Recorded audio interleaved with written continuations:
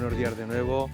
Procedemos a la inauguración y para comenzar tiene la palabra don José Francisco López Segarra, presidente de la Fundación Patín de la Comunidad Valenciana. Buenos días.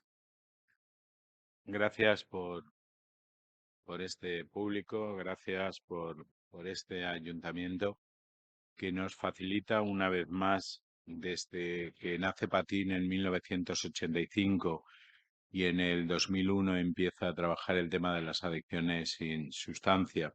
Y en estos últimos 6 años nos ha acompañado, nos ha promovido, nos ha incitado a que nuestra voz sea siempre pública y podamos hacer, incluso en los momentos más difíciles que hemos pasado, jornadas de concienciación, jornadas divulgativas, jornadas científicas, jornadas que acercan la problemática no solamente a las personas afectadas, sino también a todas las profesionales y a todos los profesionales que trabajamos en este campo. El fenómeno de las adicciones exige cada día una respuesta más compleja y coordinada. Foros como el de hoy nos ayudan a visibilizar matices que han estado silenciados durante años o que han cobrado un protagonismo reciente. Cuando hablamos de cambios, muchos centros de día todavía nos estamos adaptando al sorpaso del juego, a una evolución que lo ha situado como causa de tratamiento al mismo nivel que las adicciones con sustancia, incluso a un fenómeno paralelo que me atrevería a denominar como digitalización de las adicciones con el juego online y las recompensas de forma de caja botín. Como grandes referentes, dos enfoques que han centrado nuestra atención en las ediciones anteriores de estas jornadas que organizamos junto al Ayuntamiento de Valencia. Pero cada día nos enfrentamos a una realidad que esconde infinidad de caras. En este contexto, nuevos detalles hacen saltar alguna costura en el tejido asistencial y también nos obliga a replantear la respuesta que estamos ofreciendo. Tras largos años de silencio, roto, el fenómeno biopsicosocial del suicidio abandona su ostracismo. En 2020, casi 4.000 personas se quitaron la vida, 11 cada día, pero muchos más son los que lo intentan. Eso quizá no lo sabremos, pero sí que sabemos que de esas 4.000 personas, cada persona conlleva tres personas más que lo están sufriendo. Es decir, 12.000 personas están sufriendo el fenómeno de las personas que se han suicidado, de las familias sobre todo, o de las amistades más cercanas. Lo que ha cambiado en nuestra sociedad es que empecemos a reaccionar como colectividad, que empecemos a dar transparencia a este fenómeno que se intentaba ocultar por todos los medios.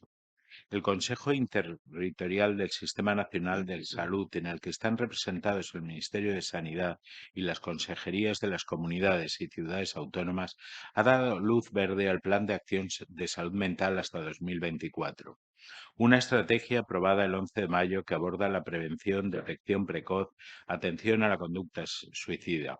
Un enfoque transversal que va más allá, contempla la prevención de conductas adictivas con y sin sustancia como una de las principales líneas de actuación. Pero no tenemos que olvidar que nuestra comunidad valenciana, la consellera Carmen Montón, en el año 2017, ya lo incluye en su plan de prevención el tema del suicidio. Otras comunidades autónomas miran hacia Europa e intentan traer respuestas ante este fenómeno, que rompe barreras, ideologías y que, me atrevería a decir, que también creencias.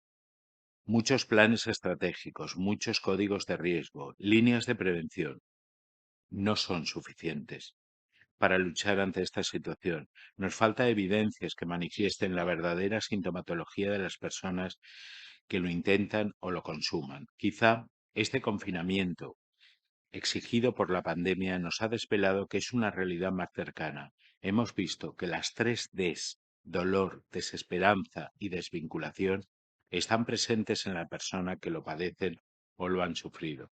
También sabemos que muchas situaciones o incluso oficios nos llevan a una intervención necesaria.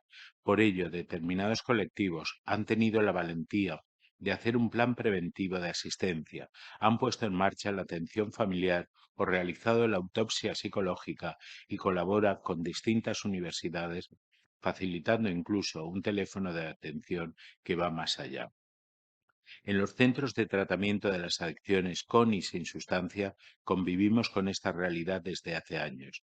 Las personas que atendemos presentaron un 90% de ideación suicida, sin planificación, un 20% con planificación y afortunadamente solo un 1% presenta suicidio intencional.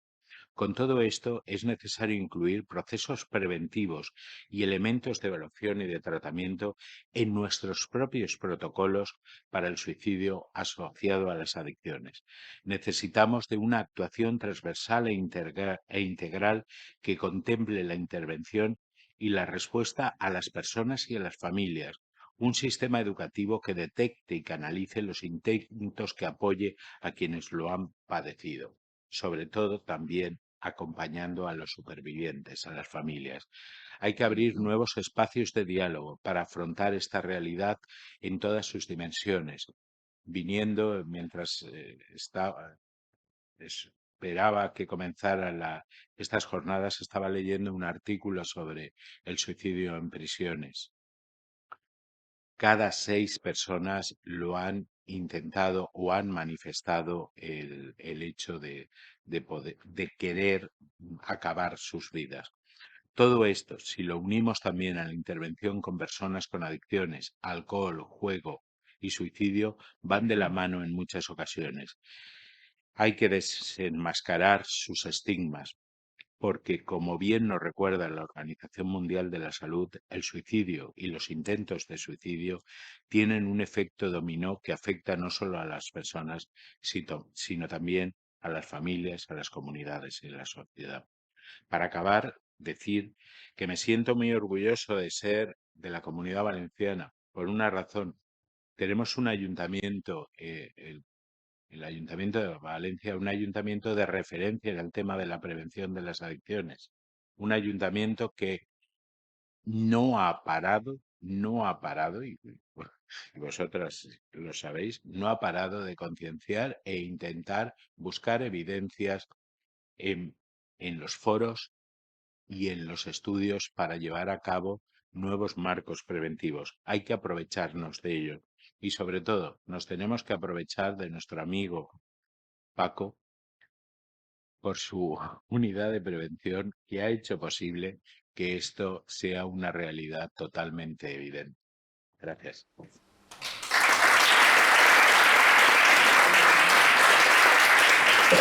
Muchas gracias. A continuación, don Emiliano García Domene, concejal de Salud y Consumo del Ayuntamiento de Valencia. Bueno, muchísimas gracias. Gracias, Paco, por tus palabras al ayuntamiento y al jefe de servicio, que la verdad que lo merece, ¿no? Buenos días a todos y a todas y permítame que les dé la bienvenida a esta sexta jornada de Patín. En primer lugar, me quiero agradecer precisamente a Patín, a sus miembros, todo el trabajo que vienen desarrollando desde hace mucho tiempo. Sin ellos sería imposible, lógicamente, a su presidente, Francisco López. Muchas gracias, Paco, por todo, por tu trabajo que me sorprendió cuando te conocí, cuando conocí todo lo que hacíais y que cada vez que te oigo, la verdad que me emociona y me motiva, ¿no? O sea, que enhorabuena por todo lo que hacéis.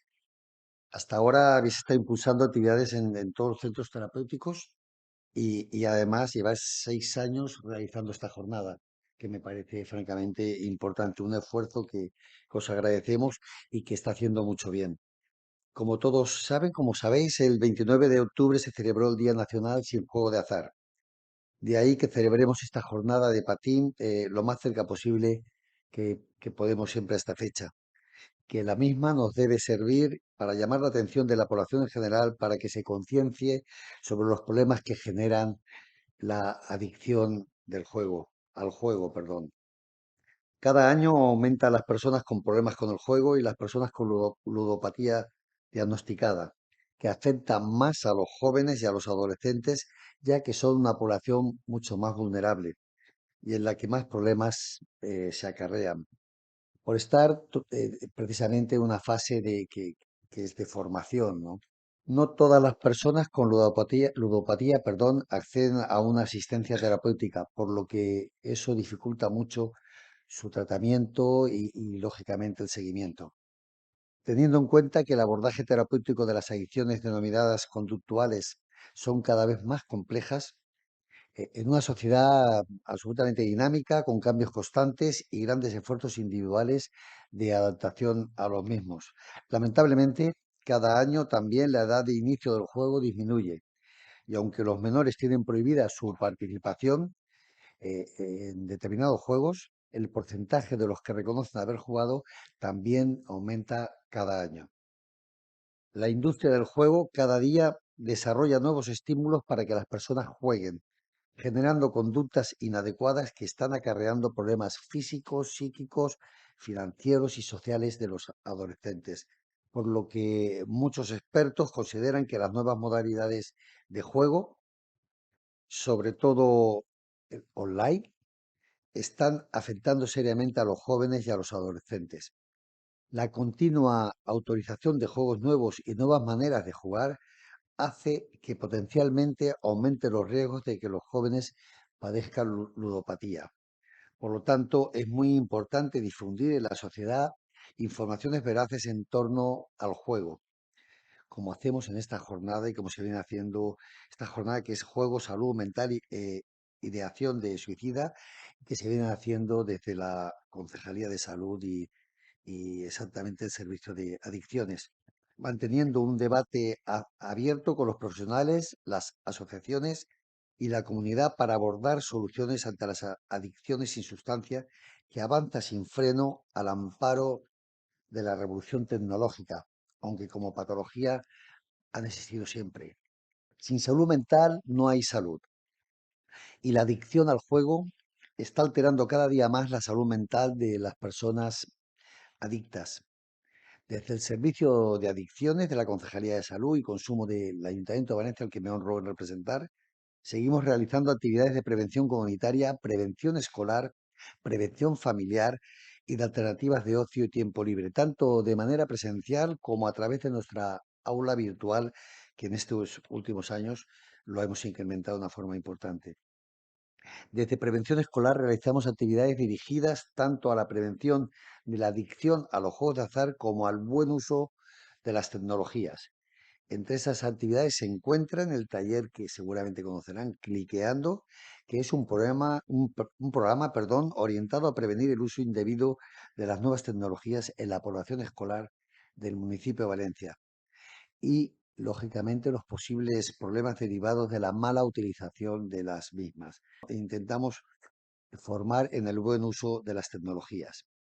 El taller Ludens, que es específico para la prevención de la adicción de los juegos de azar, cuyo autor, el profesor Mariano Choliz Montañés, catedrático de Psicología de la Facultad de Psicología de la Universidad de Valencia, colabora con la Concejalía de Salud y Consumo y con el Servicio de Adicciones a través de un convenio con dicha facultad y que intervendrá en la jornada de hoy como ponente. Aprovecho esta ocasión para agradecer a todo el profesorado y al alumnado que colaboran cada curso escolar con los profesionales del Servicio de Adicciones en la realización de estos programas de prevención de la Concejalía de Salud y Consumo del Ayuntamiento de Valencia. También agradezco a los excelentes ponentes, a los moderadores y coordinadores de esta jornada, su participación en la misma, con la seguridad de que sus exposiciones serán tan interesantes como las de las jornadas realizadas en años anteriores. No quiero despedirme sin decirles también que desde la Concejalía de Salud y Consumo, desde el Servicio de Salud, hace 3 años, coincidiendo con mi integración como cuando asumí la responsabilidad de delegado de salud, creamos una mesa de prevención del suicidio que con muy buenos resultados, que yo les animo a que le hagan un seguimiento. Nada más, muchas gracias por su asistencia, por vuestra asistencia a esta jornada con tan atractivo título. Gracias.